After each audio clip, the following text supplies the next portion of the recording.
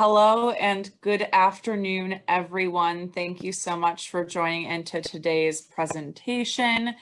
I am with Belmont Village Lincoln Park, but representing Belmont Village Senior Living of Chicagoland.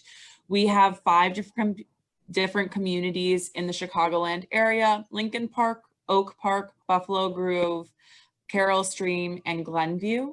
Our communities have assisted living and memory care, and we're known for a program actually that is for mild cognitive impairment or early stages of dementia called Circle of Friends, and that is what we've won awards for.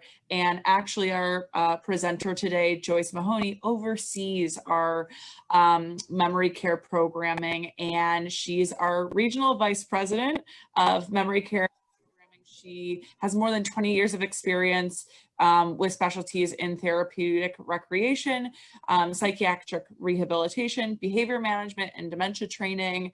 She is one of the best. She comes to our communities to provide consultation on how to continuously improve our memory care programs.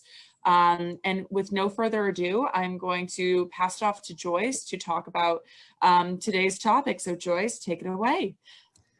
All right, Lauren, thank you so much. And thank you everyone at Elderwerks for welcoming me and inviting me on your virtual senior fair.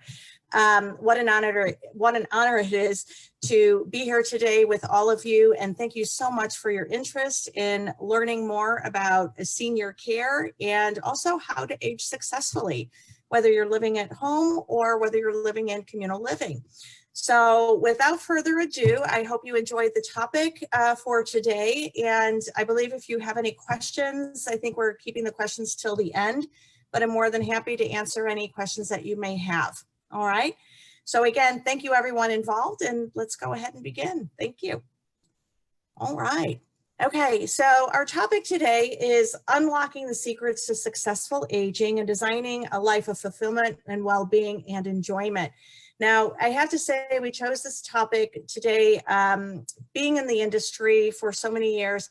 I do get a lot of questions in regards to how do we age successfully, and even more so, how do we age successfully when you have some level of impairment, whether it's dementia or a physical impairment, cognitive impairment. What does that look like? And it's really the age-old question in our industry, is that can one age successfully if there is impairment? And by definition, the answer was no. However, obviously we've made great strides in our industry and the work that we've done.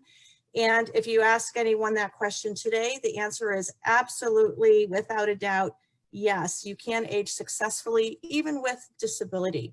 So we're going to talk a little bit about that today and what that looks like, and also how it pertains to also brain health, because again, that's my specialty, working within dementia care.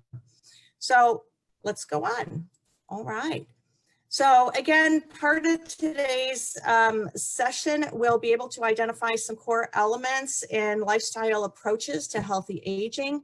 We're going to talk about brain health and longevity. And again, lifestyle contributors, lifestyle elements that contribute to successful aging. And we're also going to actually go through a couple of mental fitness exercises, kind of some brain games, just to give you a little example on how to keep that brain healthy as well. And also defining the happiness factor when it comes to aging. Now, the topics that we're going to be talking about within this session are also research-based. So again, I pulled information from different areas to give you some concrete information in regards to how we age in America. So let's move on. All right.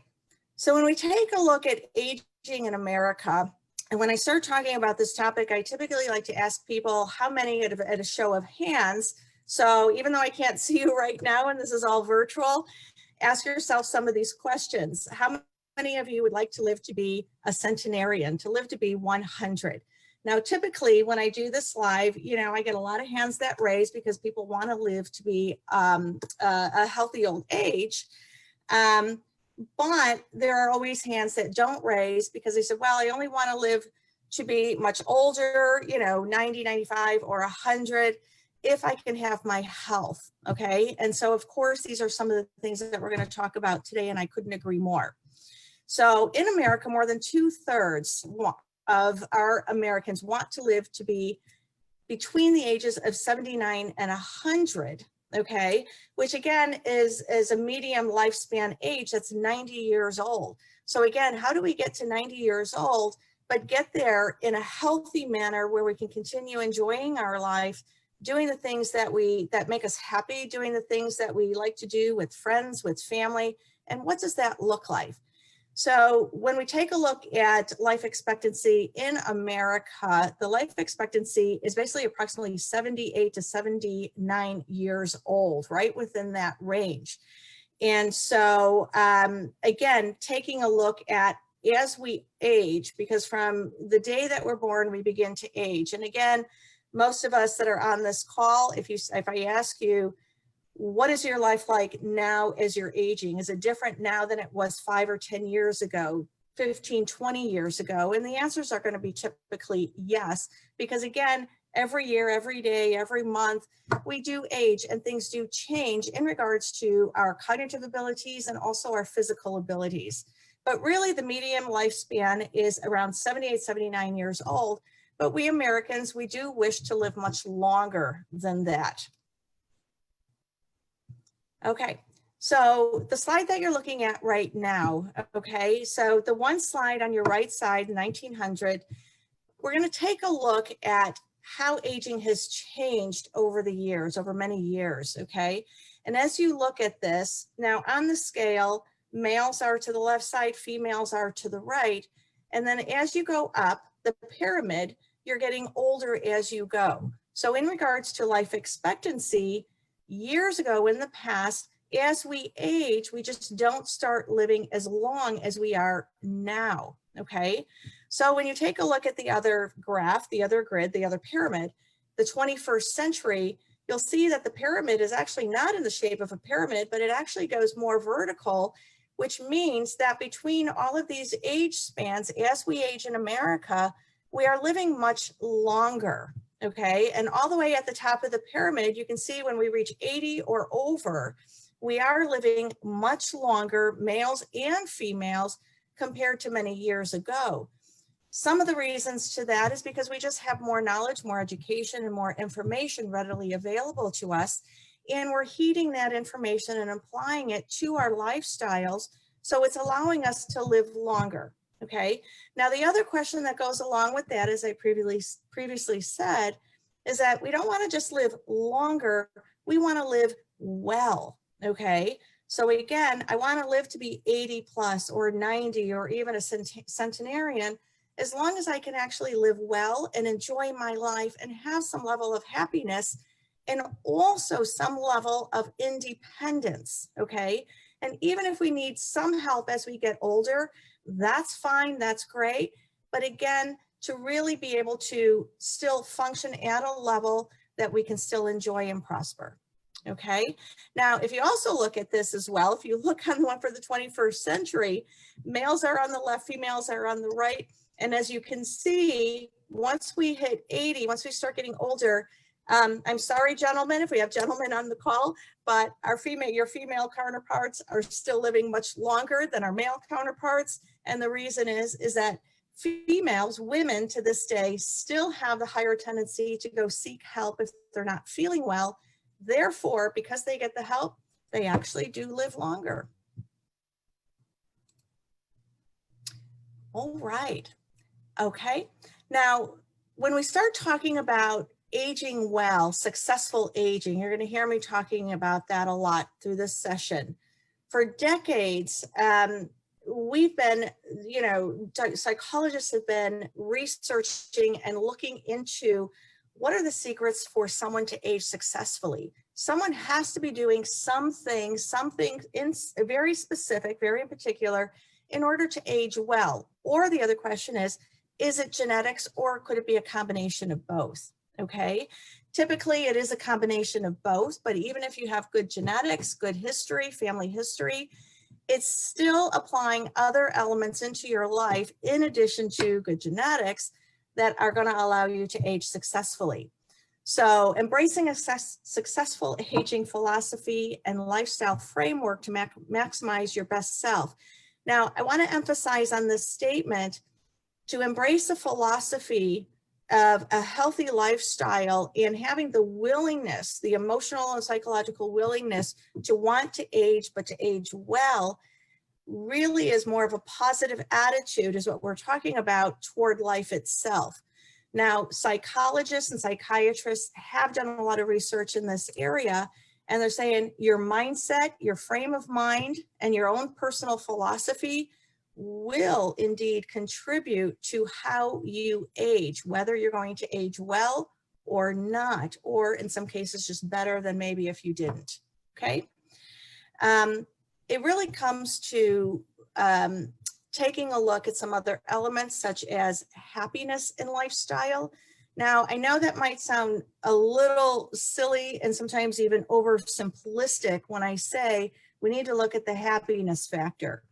So when I ask about happiness, how would you define your happiness? And again, my happiness might be different from yours, but again, really taking a look at within your own personal life, what and how do you derive happiness? Now, whether you're in your 40s, 50s, 60s, I don't know how old anyone is on the call, but at whatever decade of life you are in, how would you define your happiness? And also defining happiness maybe in your 20s, maybe it changed now that maybe you're in your 30s, 40s, or even more. Life changes, and maybe how you define that happiness in your lifestyle will change as you age, and that's perfectly acceptable. But again, you want to take an outlook on life and have a state of mind that is influential and positive, because it will affect how you age.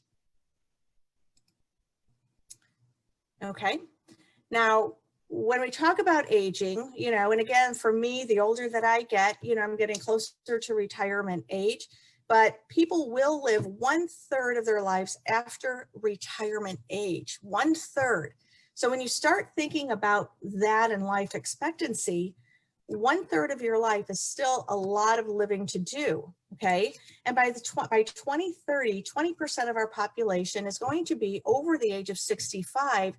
So it's really forcing us to reimagine and refocus our life course to live a more healthier and active life, because again, those are contributing factors. And research has also dictated that people who are more involved and more concerned about their health, and they ask questions about it, and they actually develop a plan for their retirement years as they age, okay, actually do in fact live longer. But not only do they live longer, they live healthier physically and cognitively, and are also have a much happier and more positive outlook on their life.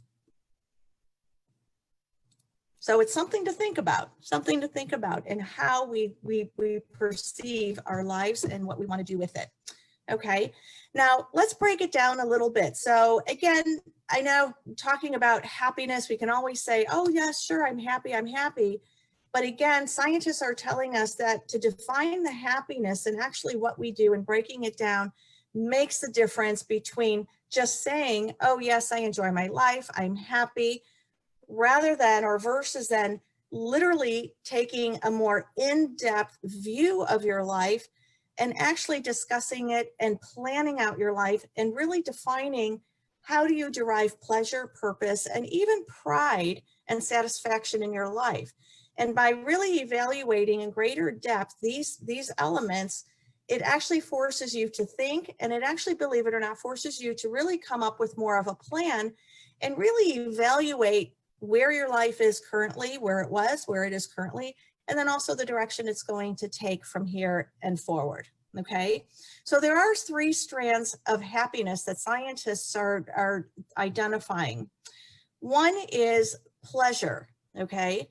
We derive pleasure by the things that we do, okay? Something that gives you fun, joy in your daily life. It gives you that sense of awe that when you actually finish doing something, you can actually say, gosh, that was great. I love doing it.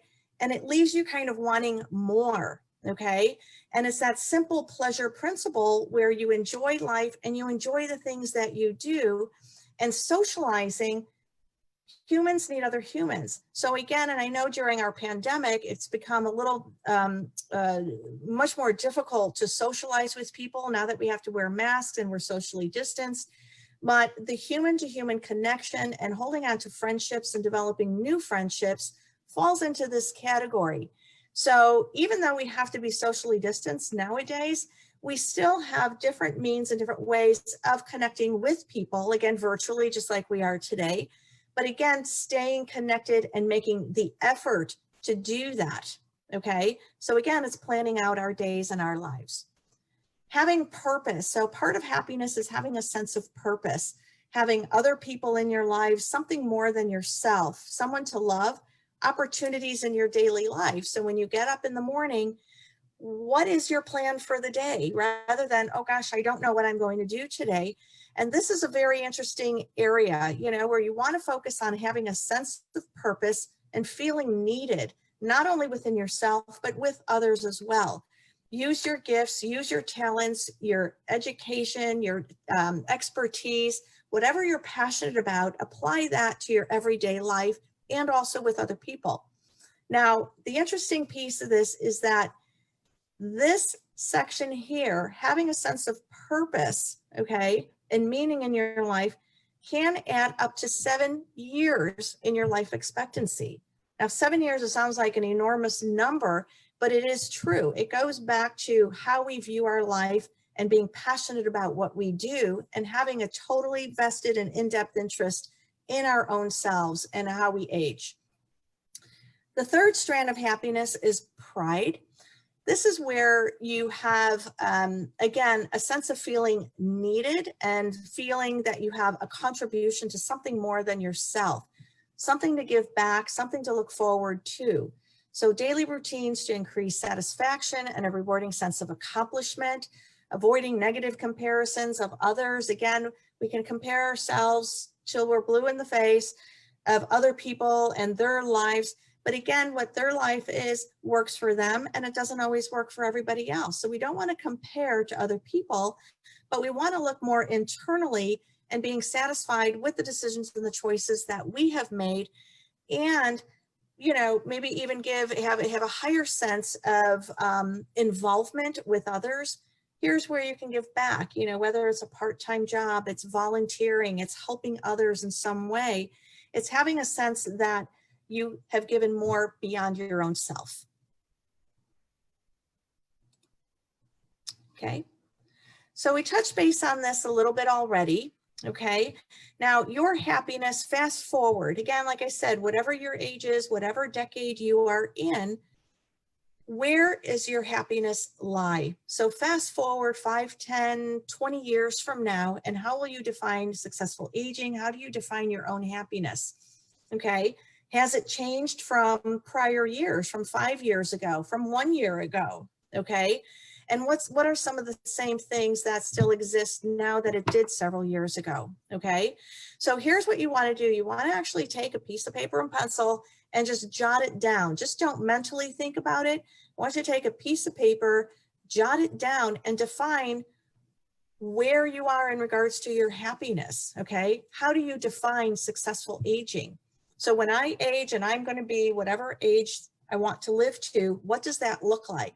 And again, jotting it down forces you to actually mentally and psychologically come up with a plan to actually put this in motion and make it happen. Okay.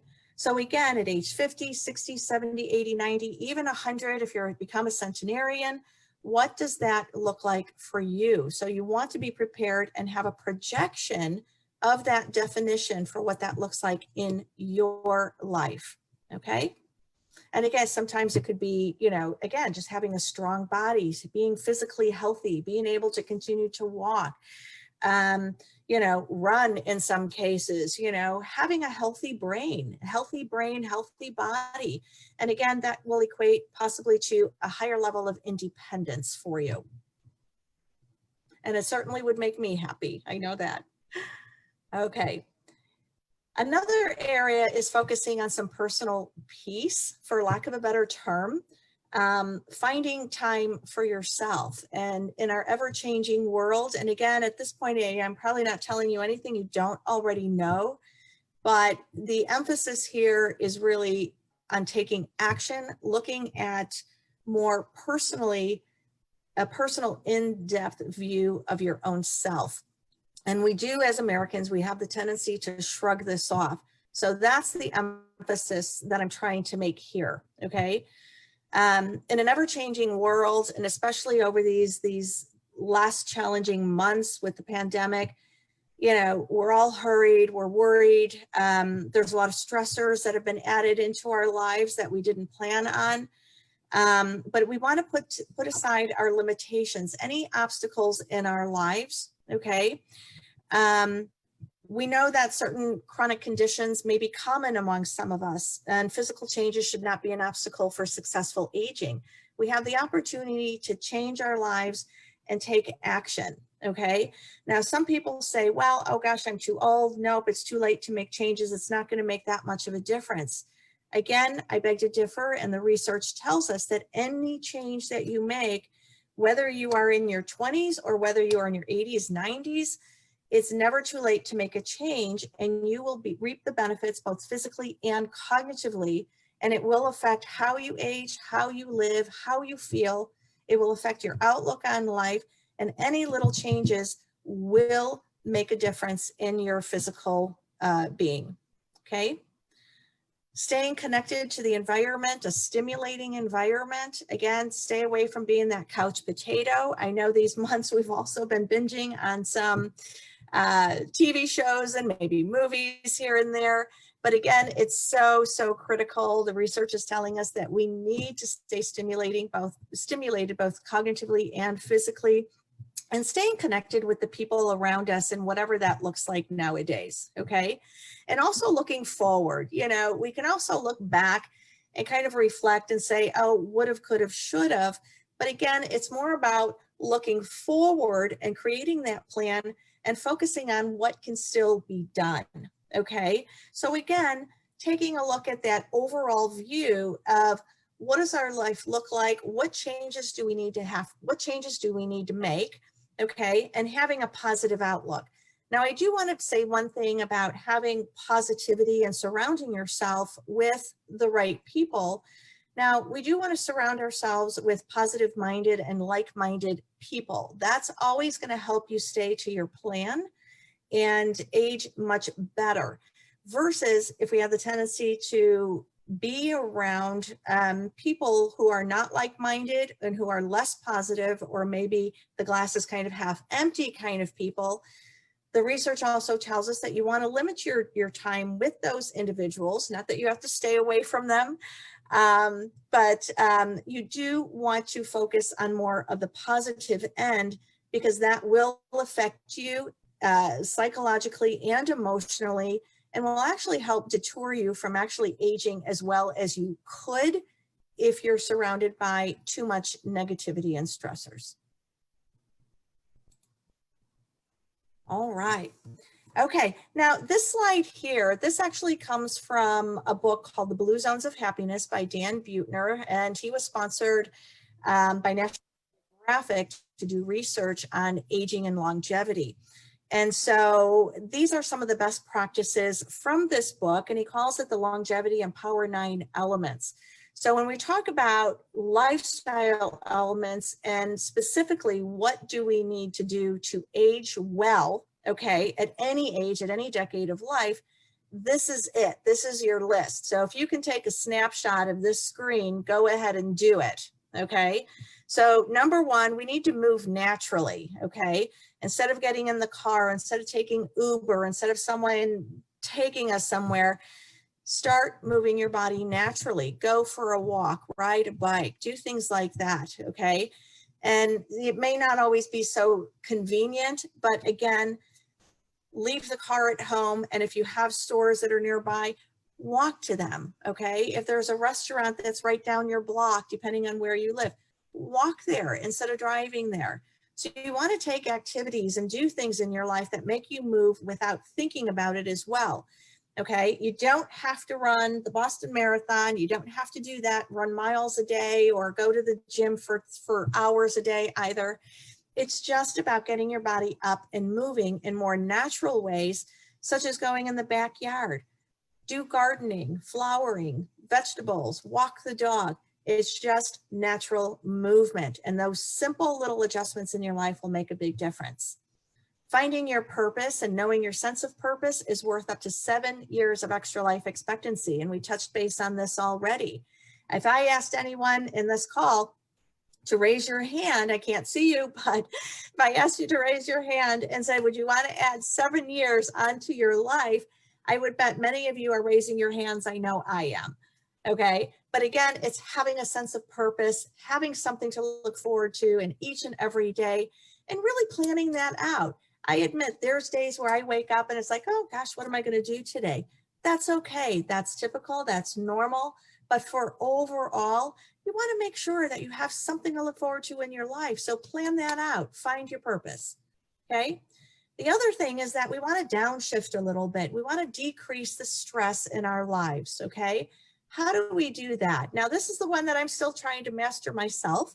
How do you relieve some stress? Sometimes when you're in the workplace, we do have daily and normal stressors that come into play.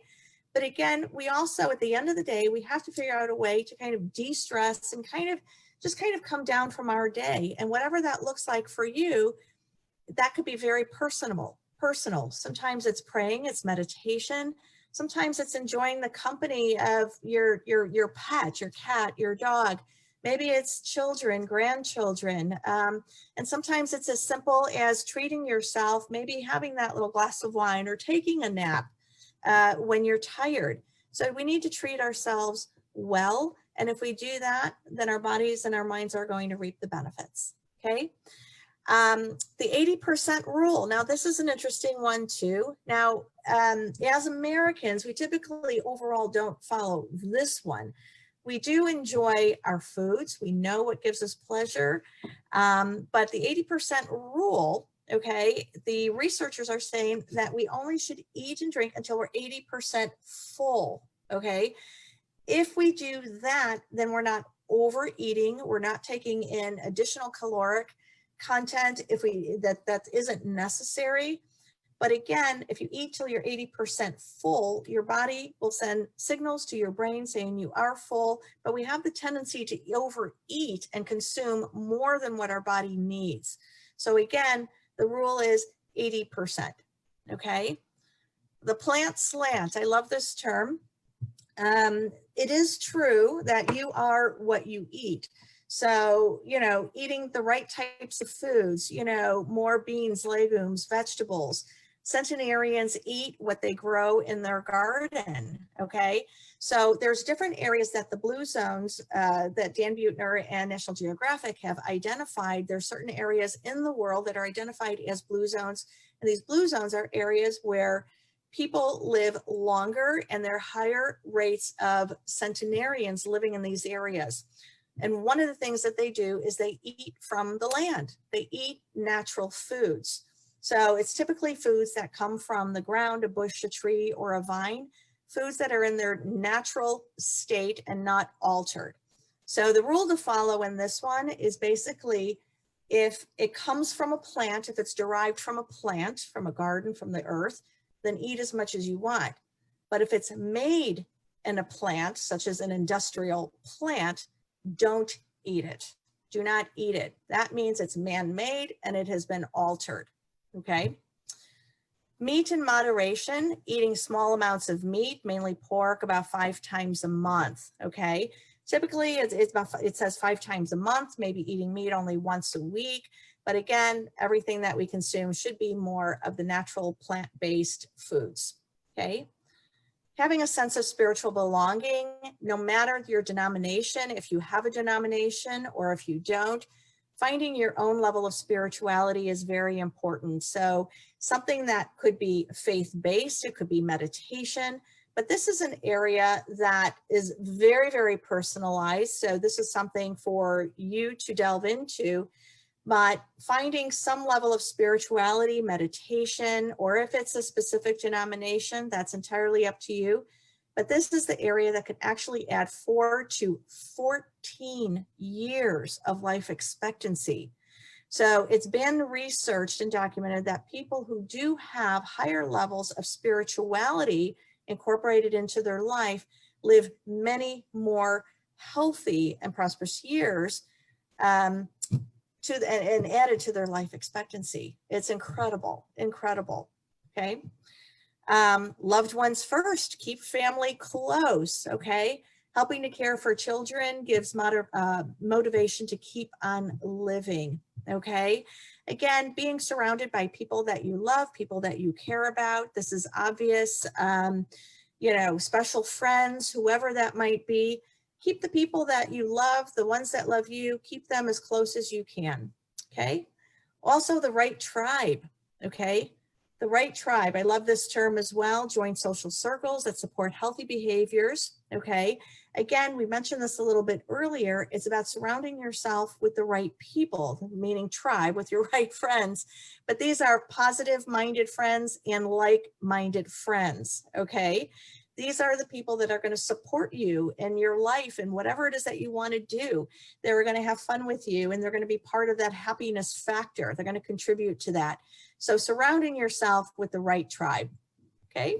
All right. And again, this is from the blue zones. Okay. So now getting into a little more depth on what these elements might look like. Okay. So no matter where we are in life, we always have to have the chance to learn. We want that opportunity for learning, new education, to grow and to contribute to our world, to our families, to ourselves. Okay. And achieving these goals starts and ends with brain health. Okay. It also starts with physical health as well. So these are some lifestyle elements that contribute to successful aging. And this is at any age. We already touched base on some of these with the blue zones. Again, having a heart healthy, more of a plant-based diet, having a sense of purpose and feeling useful in our lives. Again, let's identify what that looks like. Okay. The strong social networks, associations with positive people and people within our communities. Okay. Remember, you want to be with the people that the glass is half full. Okay. Exercise. All right. Again, we talked about moving our bodies naturally. We also want to get some aerobic exercise in there as well to get the heart rate up, get that blood flowing and oxygen in the blood. And obviously through aerobic exercise, that oxygen and that fresh blood is going to the brain and it's very healthy to the brain. So we can eliminate oxidative stress. Okay. And plus a little strength training as well. As we age, we do lose a little bone density. So we want to make sure that we build the bone density and muscle mass.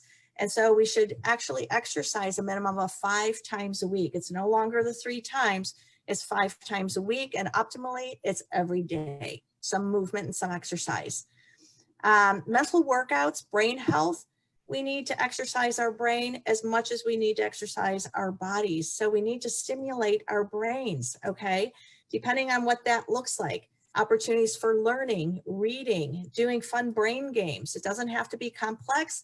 Make it enjoyable, otherwise we won't do it, okay? Lifelong learning, spirituality, and again, healthy lifestyle equals reduced stress in our lives as well. Okay. Here's just a couple little strategies. Again, the exercise, and I know some of this is a little repetitive, but I do make it repetitive because again, I just want to drive our point home. Exercising regularly. Again, at this point, if you're not an avid exerciser, any movement is going to be beneficial to you, both cognitively and physically. Exercise is not just the brain or not just the body, but also the brain too. Eating real food. So when you're going into that grocery store, you're doing your food shopping, what you eat matters, and what you eat, you are what you eat. So again, shop first in the produce section and avoid everything that's going on a shelf. If the food has a shelf life of more than, oh gosh, let's say 3 to 5 days, that means it has preservatives and additives and it's not plant-based food. So keep that in mind when you're shopping. Stay hydrated. Many of us are drinking more water these days, but again, keep in mind and track how much water. Sometimes I know I think I'm drinking enough water, but then when I monitor it, I realize that I'm really not, and I need to do more. Okay. Getting ample sleep. Okay. Oh gosh, I still hear people talking about living the 48-hour day, you know, and I do go through that myself every now and then. But getting ample sleep. Okay. We should get at least a good 8 hours of sleep each night, at least 8 hours. Anything less than 6, your body and your brain will not work at its peak level. It's not capable of doing that. No less than 6 hours, but shoot for 8, okay? Building positive relationships and socializing with friends, even if it's on Zoom, if it's virtual, if it's FaceTime, if it's on the phone, even if it's, you know, going to your friend's house and you bring your lawn chair and you're socially distanced, you know, out on the driveway or in the backyard. Connect with your people, connect with your family, with your friends, reducing stress, and the environment, the immediate environment that we live in. We need to take a look at the immediate environment and your surroundings. So take a look at your neighbors, take a look at the opportunities in your community. Is it really a social environment? Are there social opportunities for you to engage? Engaging in your own life is, I can't say, it doesn't have enough exclamation points after that. To be engaged in your own life, it also means that you have to live within the environment that's going to foster that, okay? So fun, happiness, laughter, humor. Keep track. How often do you laugh? How often do you really chuckle? How often do you have that really deep belly laugh, you know, that contributes to having some humor and levity in your life? And again, hence, here's the happiness factor, okay? Now, we need to take our lives seriously. It's the only one that we've got. There's no double take. There's no, you know, redo on this. So whatever we do with our life, it's going to dictate how we age later. So whatever you do now with any of these lifestyle strategies, if you apply one of them, it will make a difference. If you apply several or all of them, it's going to make even a bigger difference. So we have to take an investment in our own selves. Now, so many of us, we are in the healthcare industry. We take care of other people. We can't take care of others if we don't take care of ourselves. So it's time that we take it seriously. Take care of yourself. You are a priority. Okay. Now, this slide is just a little exercise. So if you want to take a snapshot of this, what gives you joy? Now, again, not a typical question you ask yourself every single day, but this is where you look more in depth and take action steps. That's the key, taking action steps on your happiness, on your enjoyment, and what does that actually look like? So in your spare time, maybe even after all the Elderwerks sessions that you're going to attend today, take a few moments, paper and pencil, and just list all the things that bring you joy. What brought you joy today? Maybe hopefully it was this session, maybe it was other sessions, but it's taking action steps and write down one thing that was fun and that brought you joy today. It doesn't have to be a whole list. Maybe it is, but even if it's one thing in any given day that brings you joy, write it down and take notice, okay? And those are the things that you want to continue to incorporate into your life. Okay. Who makes you feel happy? Okay. Now this pertains to the people in your life. List the people that make you happy, the people that make you feel good, those people who are the glass is half full, like-minded people like yourself. Okay. The action step is contemplate what is it about these people that makes you feel so uplifted? You know, I mean, all of us have been around people where we immediately connect to, and you just say, oh my gosh, I just love that person. They're just a great person. I like being around them. They just make you feel good about things, right? And so who are these people? Identify who they are, spend more time with them, reach out to them, but make those connections. So really identifying who in your life are the ones that actually make you happy. Okay. Can you say yes to fun? Okay, now this is kind of a funny one as well. And hopefully through some of these, you guys are kind of chuckling a little bit. But again, list the people and fun experiences you want to say yes to. How many times do we say, oh gosh, I would love to do that, or yes, one of these days, and oh yes, I have to plan that, or I've always wanted to, and then you fill in the blank, right? Okay, yes, you can say yes. You are the captain of your ship. You are the captain of your life. So you're the only one that can say yes to whatever you want to have in your life and what you want it to look like. Okay. Again, easier said than done. But again, here's the emphasis that I want you to take the action steps and ask yourself, do you hold yourself back ever from an experience that could bring you fun and happiness? How many times have you turned it down and said, oh no, I really can't, or I shouldn't? Well, why not? Why not? I'm going to challenge you. So what are the things that you want to say yes to, but you haven't? Okay. And try saying yes to one thing that's a little outside of your own comfort zone. Okay. Try it this week, try it today, try it tomorrow, and see how it feels.